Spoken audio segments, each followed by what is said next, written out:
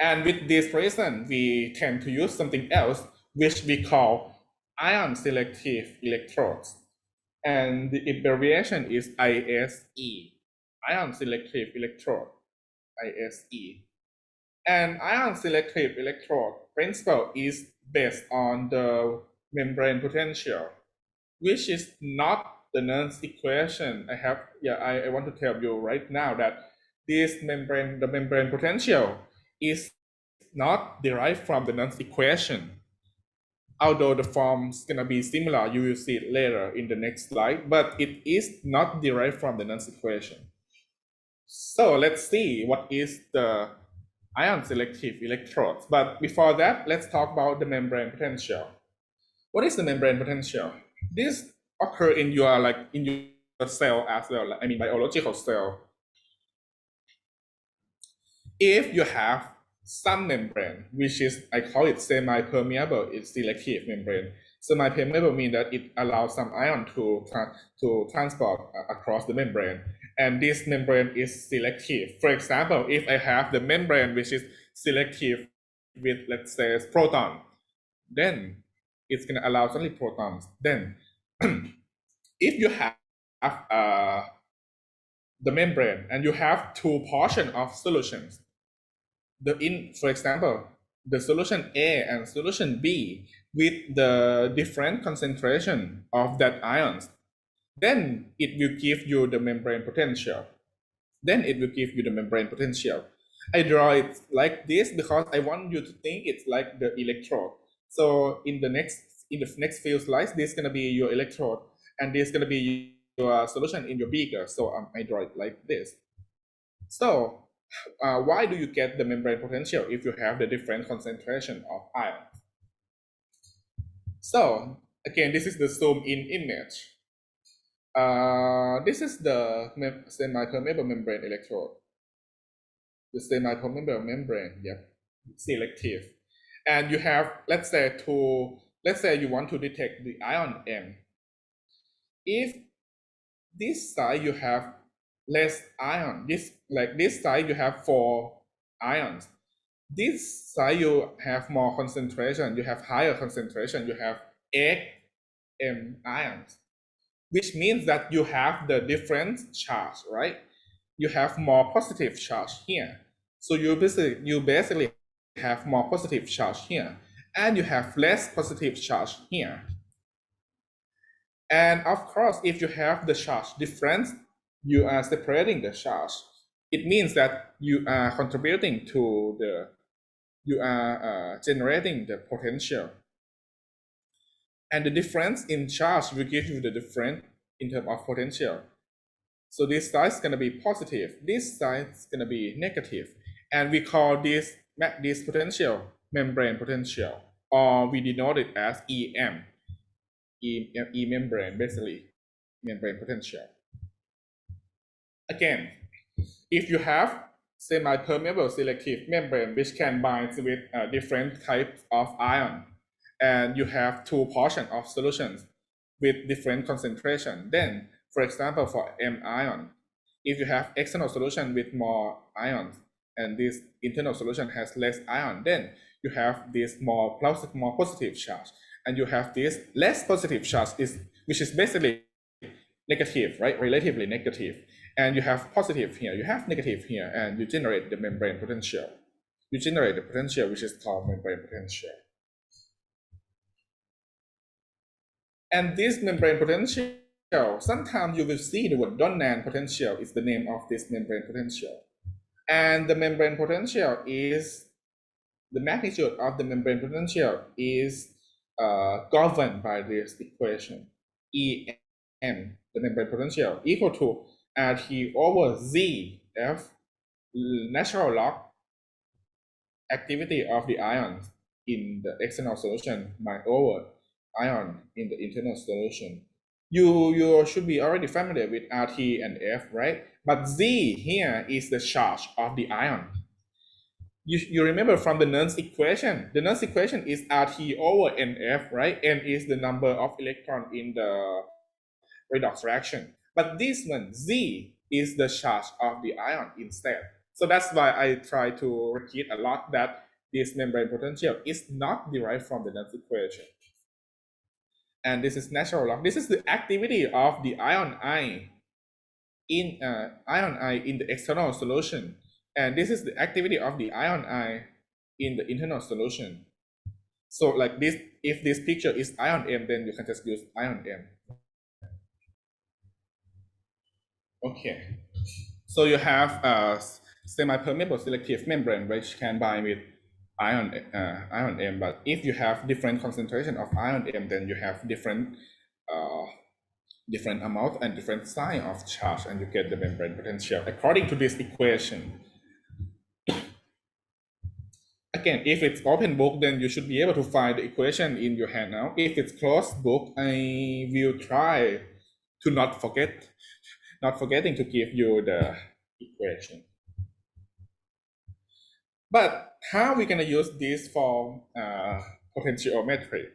So let's see. I'm going to write something. So let's change it to pen. So let's write the equation again. So this is EM is equal to RT over ZF log natural log activity of the ion external solution and internal solution. Let's do it at 25 degrees Celsius. So if it's 25 degrees Celsius, we can change natural log to the log base 10, right? And then you can change the coefficient. So you're gonna get something like this.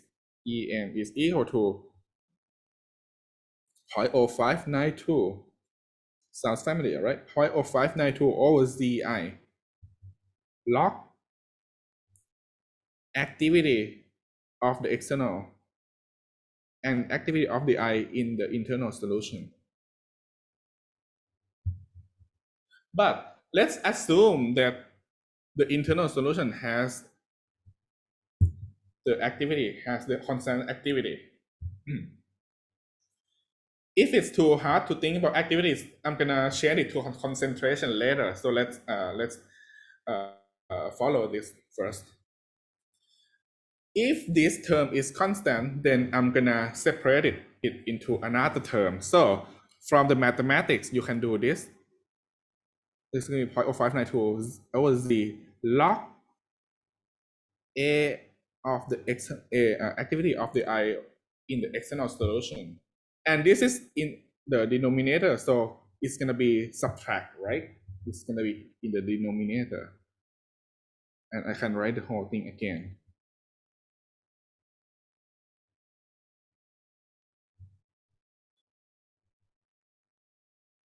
So now I separate the terms between the activity of ion in the external solution and in the internal solution. But now we assume that the internal solution has the constant activity. So what does it mean? So if this is constant, then Z is constant too, right? And everything is constant. So basically I can just write this into just some random constant. And I can write the whole expression to something like this: constant plus 0.0592 over ZI log. I should use the red one actually, just to make you like less talk. Let me change the pen then.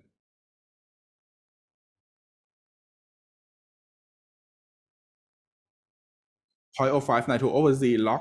Now I'm gonna change the activity to concentration. So activity is basically equal to concentration if your solution is diluted. So I will put this. Let's do ion I. I'm not gonna put the chart right now because it may be confusing. So that's the concentration of ion I plus some constant, right?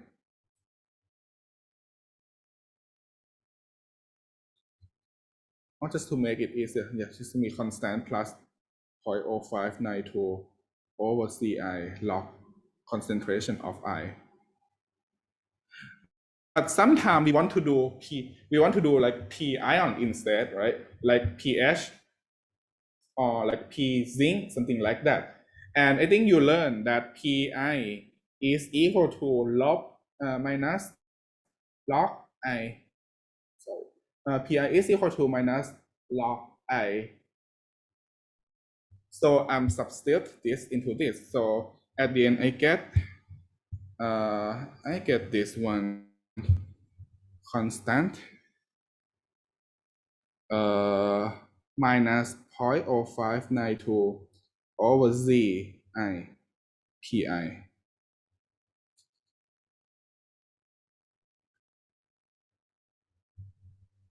So this is the membrane potential. The same thing, the same expression in the pink box here. So I show you that if the internal solution of the membrane electrode is constant, have the constant concentration, then the membrane potential only depends on the pi or the concentration of I is ion. And with this, we can draw the graph between EM and pi. And since this is negative, it means that you're going to get the slope if the y-axis is membrane potential. The x-axis is pi, then the slope is going to be minus 59.2 over zi millivolts per decade. And again, I tell you that the potential of the ion selective electrode is Nernst-like, but it is not derived from the Nernst equation. All right, it's 11:10, so I'm gonna start the second half. So I'm gonna explain the last question. So it asks you to calculate the membrane potential at 25 degrees Celsius of this junction of this membrane, and the form that you should get. Although you can come back and see it in the lecture, yeah, I didn't give you in the handout. I've just noticed. Apologize for that. But okay, so at 75 degrees Celsius, the RT over ZF and the natural log, you can change it to 0.0592 over Z and then log base 10 of this term, which is the concentration of proton from one side to another side. And so you plug the number. So the Z is the charge of your ion, which is 1, right? Proton has the charge of +1. So you put +1 here. Can you see my thing? +1 here. And then log, you can put it here, concentration 0.010, yeah, 0.01. And then 1 micromolar is 1 and 10 to the minus 6. You can put it like in either way, maybe flip it, but most of the time I'm gonna ask you to put the magnitude of it without the sign, because sometimes it's confusing. So sometimes you just make it to be positive and you use your calculation to type this, so you get this as your answer, 0.237 volt. So that's how to do the last question. Most of you asked me. Yes, so everything should be in the same unit. Yeah, so everything should be in the same unit, right? So one is molar and another one is micromolar. So it should be in molar, the same one.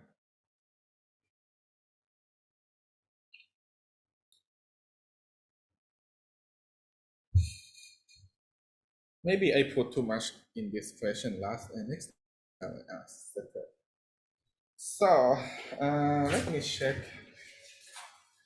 Maybe I think this is all the calculation that we do today. The rest gonna be some more conceptual.